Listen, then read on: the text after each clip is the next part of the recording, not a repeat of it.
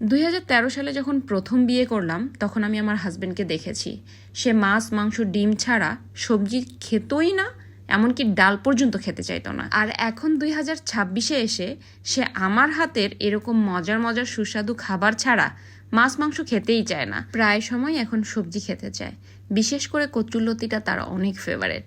আর আজকের কচুরলতিটা আমি রান্না করেছি একদম অন্যভাবে। কাঁঠালের বিচি অ্যাড করেছি, আলু অ্যাড করেছি, সাথে আছে শুটকি মাছ। এত মজাদার হয়েছে, আপনারাও যদি একবার ট্রাই করেন বাসায়, আমি কথা দিচ্ছি আপনাদের, যারা মাছ মাংস ছাড়া খাবার খায় না তারাও মাছ মাংস খেতে চাইবে না। এই কচুরলতির রেসিপিটাই প্রতিদিন খুঁজবে। এই রেসিপির কালার যতটা সুন্দর হয়েছে এবং পাতিলটাও কাছ থেকে দেখিয়ে দিচ্ছি, মনে হচ্ছে পোড়া লেগে গেছে, না একদমই না, এক ফোঁটাও পুড়ে যায়নি, কিন্তু এত বেশি সুস্বাদু হয়েছিল যা আমার কল্পনার বাইরে ছিল। তো চলো পুরো রেসিপিটা শেয়ার করা যাক তোমাদের সাথে। প্রায় সময় কচুরলতি খাই, তবে কচুরলতি আমি কেটে বেছে নিয়ে আসি একটা আন্টির কাছ থেকে, বাজার থেকে। ওই আন্টিটা নাকি অনেক অসুস্থ, অনেক দিন যাবতও উনি আসতেছে না। সো আমার হাজব্যান্ডও কচুরলতি খেতে চাচ্ছিল। আমি বললাম ঠিক আছে, বাজার থেকে 20 টাকার কচুরলতি কিনে আনো। সে নিয়ে আসছে 30 টাকার। এই কয়েকটা কচুরলতি 30 টাকার? সিরিয়াস? আচ্ছা যাই হোক, যেহেতু আজকে আমাকে কুটতে হবে, বাঁচতে হবে, প্যারা নেইনি, কারণ একটা বড় অপুর ভিডিওতে দেখলাম উনি খুব সহজ পদ্ধতি শিখিয়ে দিচ্ছিল, এভাবে বাসন মাজা মাজুনি দিয়ে এভাবে ধরে টান দিলেই নাকি হয়ে যাবে। বাট আমার ক্ষেত্রে হচ্ছিল উল্টা।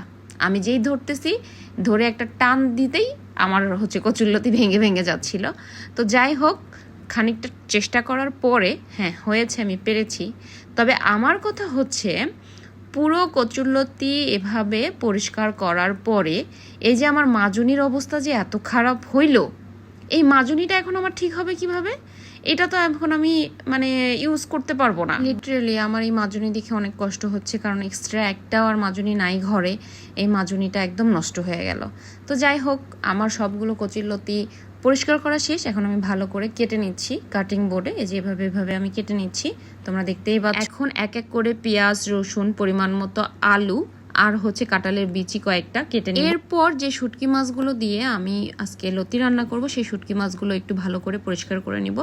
এই পোকা টোকা আছে কিনা দেখে নিব, আর মাথাগুলো আমি ফেলে দিব। মাথাগুলো একদমই আমরা খাই না। আর একটা কথা বলতেই হবে, চিংড়ি মাছ ছাড়া যারা কচুরলতি ভাবতেও পারেন না বা কচুরলতি চিংড়ি মাছ ছাড়া খান না, তাদেরকে বলবো চিংড়ি মাছ বাদ দিয়ে একদিন শুটকি দিয়ে এভাবে রান্না করে দেখেন। আপনারা আর চিংড়ি মাছ দিয়ে কচুরলতি খাইতে চাইবেন না, আপনারা বারবার শুটকি মাছ দিয়ে কচুরলতির রেসিপি করতে চাইবেন। এটা এত মজা। যাই হোক, এখন শুটকিগুলো একটু ভেজে নিচ্ছি, কোনো প্রকারের কোনো তেল টেল করি না। শুটকিগুলো ভালো করে ভাজা হয়ে গেলে একটু পানি দিয়ে দমে রেখে দিব।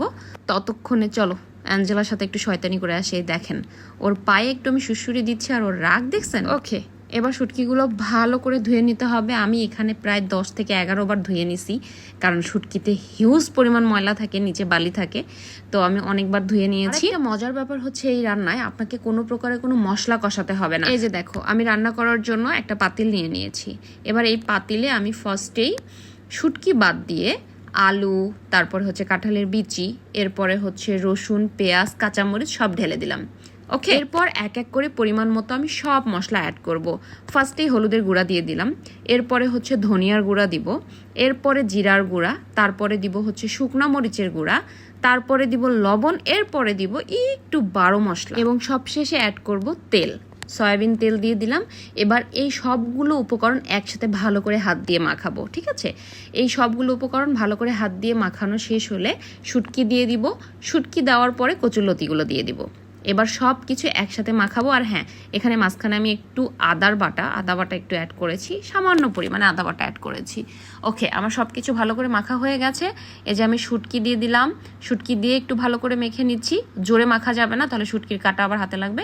এরপরে ওই যে কচুরলতিগুলো দিয়ে দিলাম, দিয়ে আমি আবার ভালো করে মাখাচ্ছি আলতো হাতে।